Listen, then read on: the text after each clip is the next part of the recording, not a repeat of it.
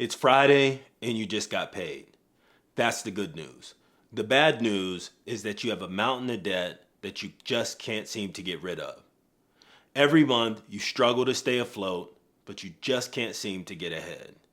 Well, in today's video, I'm going to be going over how I would budget a $3,000 monthly income as a single person living in the US. It is estimated that upwards of 80% of all Americans are living paycheck to paycheck, which means many people could not afford a $500 emergency if something were to come up. So not only are you stressing out about living paycheck to paycheck, you also are concerned about how you would handle an emergency if something were to come up.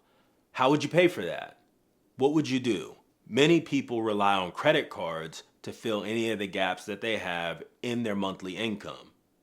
Well, if this sounds like you, make sure to stick around because we're going to put a plan in place that will allow you to get out of that paycheck to paycheck cycle. We'll also add a line item to your budget to ensure that we can take care of paying down any outstanding debt that you have as well. See, my goal is by the end of this video is you'll be able to put a plan in place that will allow you to get out of that paycheck to paycheck cycle while also being able to get out of debt. One thing that I always say is that consumer debt is the #1 killer of your ability to build wealth. One thing that I'll note is that the estimates that I use in today's video may not be applicable to those that live in more expensive parts of the country, where the cost of living and rent tend to be much higher. Now, when it comes to creating a budget, it is very essential that you have a method in place that will allow you to track all of the income that you have coming in on a monthly basis versus how much you have going out. There are several ways that you can track this. You can use a spreadsheet,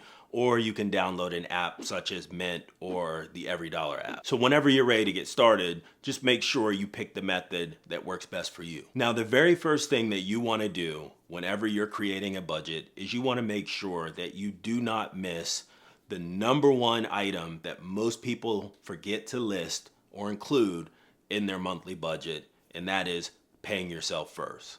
So what is paying yourself first? Paying yourself first is setting aside a predetermined amount of money every single month that will go towards your self-development. That development could be saving up to go to a trade school, to learn a trade, to get a new job.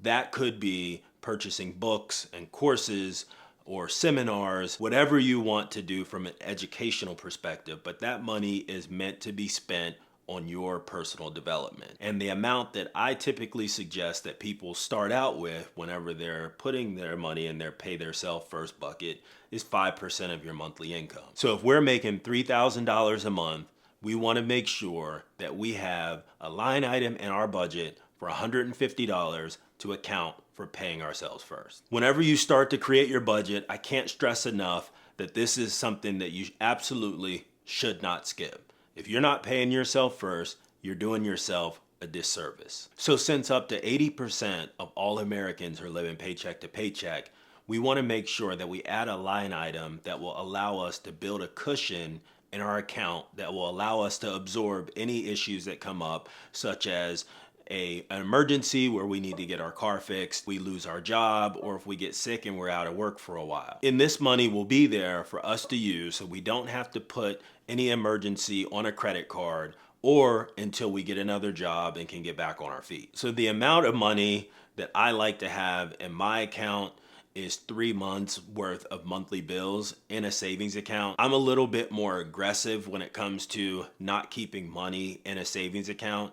If you're a little bit more conservative and you like to have a little bit more of a cushion, I would bump that up to 6 or 9 months. It's going to be based on your risk tolerance. But anything over 9 to 12 months, in my opinion, is overkill unless you're saving for a purchase such as a car or a vacation or down payment on a house. So the line item in our budget that we will allocate to our emergency fund is $300 a month. And we'll continue to add that $300 a month into your savings account until you've hit your threshold of 3, 6, 9, or 12 months that you'd like to build up in that fund. And anything above and beyond that, we're going to set that to the side and we'll address that later on in the video. All right, so we paid ourselves first and we've allocated money to our savings account every single month.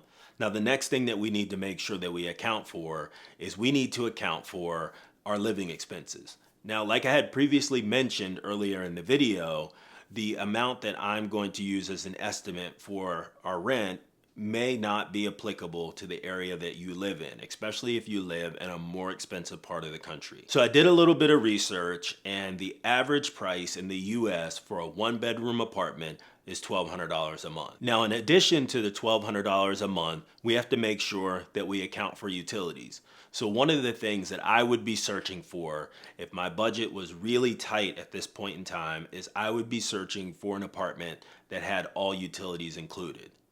And if that wasn't impossible, I think the next step that I would take would be, would I be able to find a roommate to where I can split my rent until I was able to save up enough money to where I could go out on my own. But for the purposes of this video, we're gonna use $1,200 a month as our monthly living expenses, and that will include our rent and our utilities. So after paying ourselves first and setting aside money every single month in our savings account, and accounting for our living expenses, we are left with a total of $1,350. So the next thing that we're gonna add to our budget is we are gonna add a line item for transportation.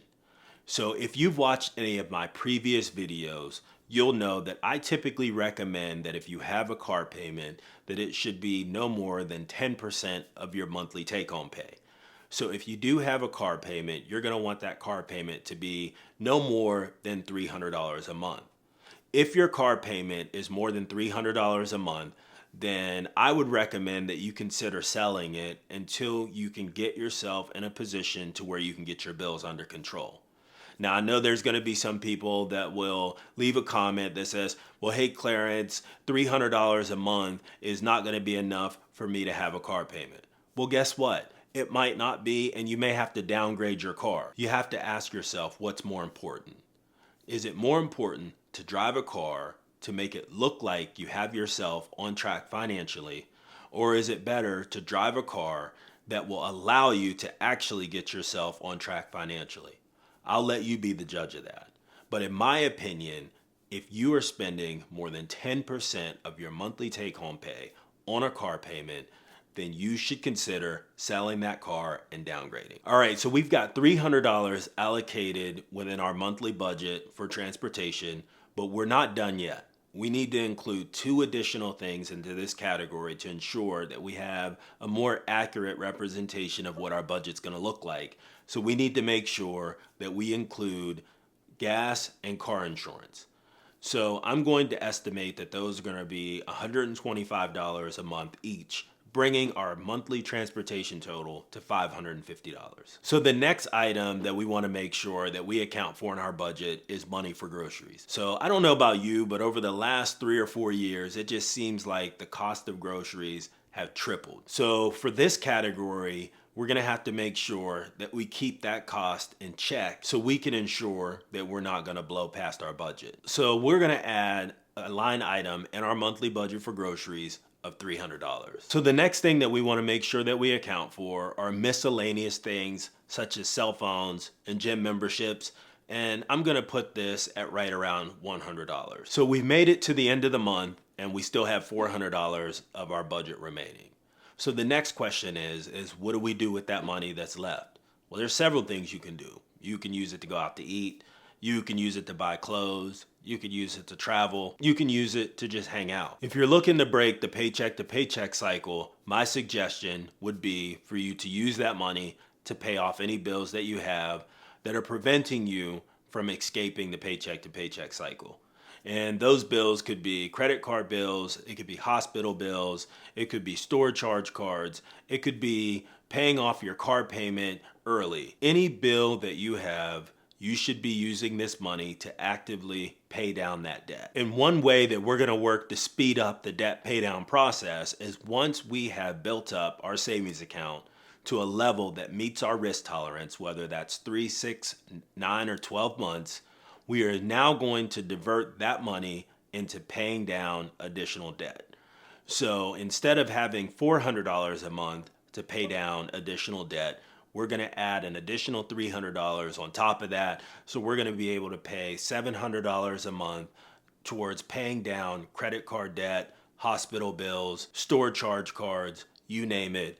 We're going to use that $700 to pay for that. And one additional thing that we're going to look to do in order to help pay down this debt as fast as possible is we're going to look to add a side hustle or a second job. And this could be something that's a 5 to 10 additional hours a week that you're putting in to bring in an extra $100 to $300 a month that you can use to pay down that debt. Now, I know the budget that I laid out does not have a line item that's allocated for you to go out and have a good time. And that was by design because, see, we're living paycheck to paycheck and we're looking to get out of debt.